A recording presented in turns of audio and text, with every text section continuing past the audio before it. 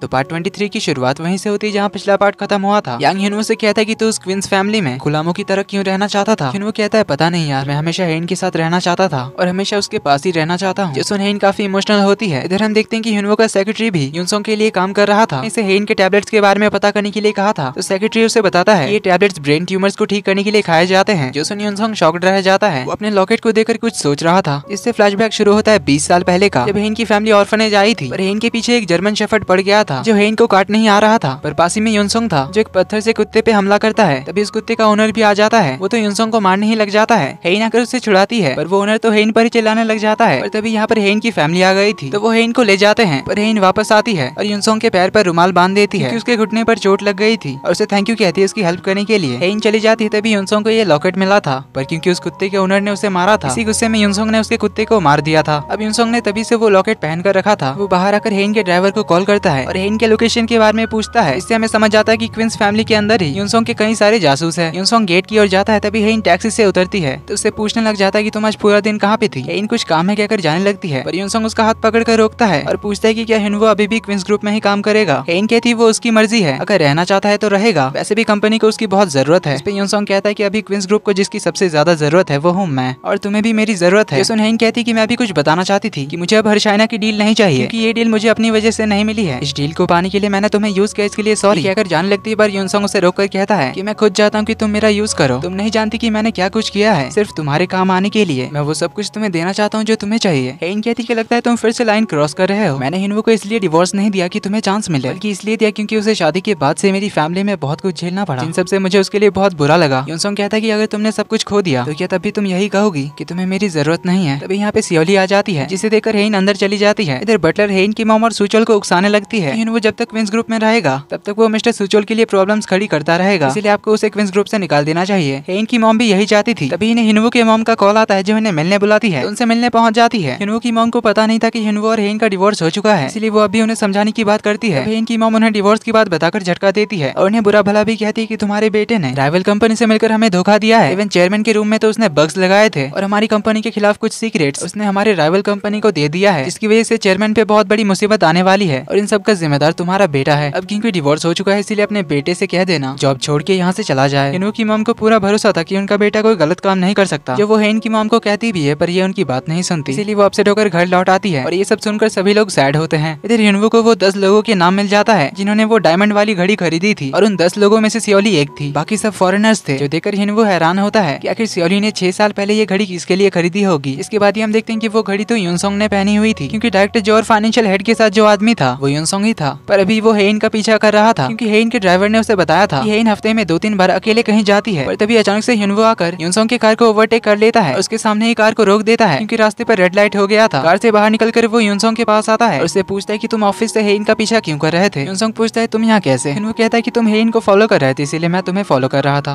पर फ्लैशबैक में हम देखते हैं कि जब हिनवो का सेक्रेटरी युनसोंग को हेन के टैबलेट्स के बारे में बता रहा था तब हिनवो ने उसकी बात सुन ली थी और उसे कन्फ्रंट किया था, जिससे सेक्रेटरी ने उसे सब बता दिया था कि वो अब तक युनसोंग के लिए काम कर रहा था और वही हिनवो की सारी इन्फॉर्मेशन उस तक पहुंचाता था। कमिंग बैक टू प्रेजेंट, हिनवो से पूछता है कि तुम हेन का पीछा क्यों कर रहे थे। युनसोंग कहता है कि तुमसे क्या मतलब, वो अब तो तुम्हारी वाइफ नहीं रही। हिनवो कहता है कि एक बात याद रखना, अगर तुम हेन के पीछे गए तो मैं तुम्हारे पीछे आऊंगा, अगर तुमने उसे हर्ट किया तो मैं तुम्हें हर्ट करूंगा। युनसोंग कहता है कि तो तू उसे प्रोटेक्ट करना चाहता है, कर ले, जैसी तेरी मर्जी, देख लेना आखिर में वो मुझे ही चूज करेगी। मैंने जो कहा इसका मतलब तू जल्दी ही समझ जाएगा। ये बोलकर वो जाने लगता है। तभी हिनवो उसके हाथ में वही डायमंड की घड़ी देखता है। तो अब हिनवो इसके और सियोली के रिलेशन के बारे में पता लगाने लग जाता है, लेकिन युनसोंग भी अपने प्लान में आगे बढ़ जाता है। वो सुचोल को आकर बताता है कि हम जहाँ पर रिसोर्ट बनाने वाले थे उस जमीन के पास जो मिलिट्री बेस था, उन्होंने पहले तो कहा था कि वो लोग वहाँ से हटने के लिए तैयार है, पर अभी अभी मुझे पता चला कि उन्होंने अपना मिलिट्री बेस वहाँ से हटाने से मना कर दिया, जो सुनकर सुचोल को तो पैनिक अटैक ही आ जाता है। वहीं ये सब तो युनसोंग के प्लान का ही हिस्सा था। चेयरमैन को भी इस बारे में पता चल गया था, इसीलिए वो सुचोल को कॉल करते हैं, लेकिन सुचोल की हिम्मत नहीं हो पाती कॉल पिक करने की, इसीलिए वो जिंदगी में पहली बार चेयरमैन का कॉल काट देता है। पर उसके सेक्रेटरी के फोन पे चेयरमैन कॉल करके युनसोंग को अभी घर आने के लिए कहते हैं। सुचोल समझ नहीं पा रहा था कि अभी वो क्या करे, पर तभी उसे हिनवो का ख्याल आता है। तो वो भागकर हिनवो को मस्का मारने पहुंच जाता है। हिनवो से कहता है कि मैंने तो पहले ही समझाया था कि उस जगह में अभी बहुत सारी प्रॉब्लम्स है। सुचोल उसे बहुत ज्यादा रिक्वेस्ट करने लग जाता है, इसलिए हिनवो उसकी मदद करने के लिए मान जाता है। इधर युनसोंग ने इस मैटर को न्यूज में फैला दिया था, जिससे हमें पता चलता है कि उस मिलिट्री बेस के वहाँ से हटने से मना करने की वजह से कि जो रिसोर्ट सुचोल 90 फ्लोर्स का बनाना चाहता था वो अब सिर्फ 39 फ्लोर्स का ही बना सकता है, जिस वजह से अगर रिसोर्ट बना तो इससे उन्हें बहुत बड़ा लॉस होगा और इस मैटर के न्यूज पे आ जाने की वजह से जो इन्वेस्टर्स थे वो लोग अपने इन्वेस्टमेंट वापस ले सकते हैं। ये न्यूज देखकर घर पे हेन के डैड, ग्रैंडपा सभी लोग हैरान रह जाते हैं और सुचोल को जल्दी से बुला कर लाने के लिए कहते हैं। ग्रैंडपा तो हेन के डैड पे गुस्सा करने लग जाते हैं। तुम सबसे एक भी काम सही से नहीं होता, तुम्हारा बेटा भी तुम्हारी ही तरह बेवकूफ है, उसे जल्दी फोन करके यहाँ पे बुलाओ। हेन के डैड कहते हैं कि वो शायद इसी प्रॉब्लम को सॉल्व करने में लगा होगा। तभी यहाँ पर सुचोल बड़ा ही खुश होकर पहुंच जाता है और बताता है कि मुझे इस प्रॉब्लम का सोल्यूशन मिल गया। फ्लैशबैक में हम देखते हैं कि हिनवो सुचोल को लेकर उस मिलिट्री बेस में मीटिंग करने गया था, जहाँ उसने उन्हें वहाँ से हटने के लिए मना लिया था। अब ये सोल्यूशन देकर हेन के डैड और ग्रैंडपा तो बड़े ही खुश होते हैं और हिनवो की तारीफ करने लग जाते हैं कि मुझे पता ही था कि वो कर लेगा। हिनवो बहुत ही इंटेलिजेंट है। सुचोल अपने आप को थोड़ा स्मार्ट दिखाने के लिए उनके सामने कहता है कि ये आइडिया वैसे मेरा था और उसकी बातों पर तो किसी का ध्यान ही नहीं था। ग्रैंडपा सुचोल को कहते हैं कि चलो जो भी है अच्छा हुआ, पर कल इन्वेस्टर्स के सामने तुम इस सोल्यूशन के बारे में उन्हें अच्छे से समझा देना ताकि तुम उनका ट्रस्ट जीत सको।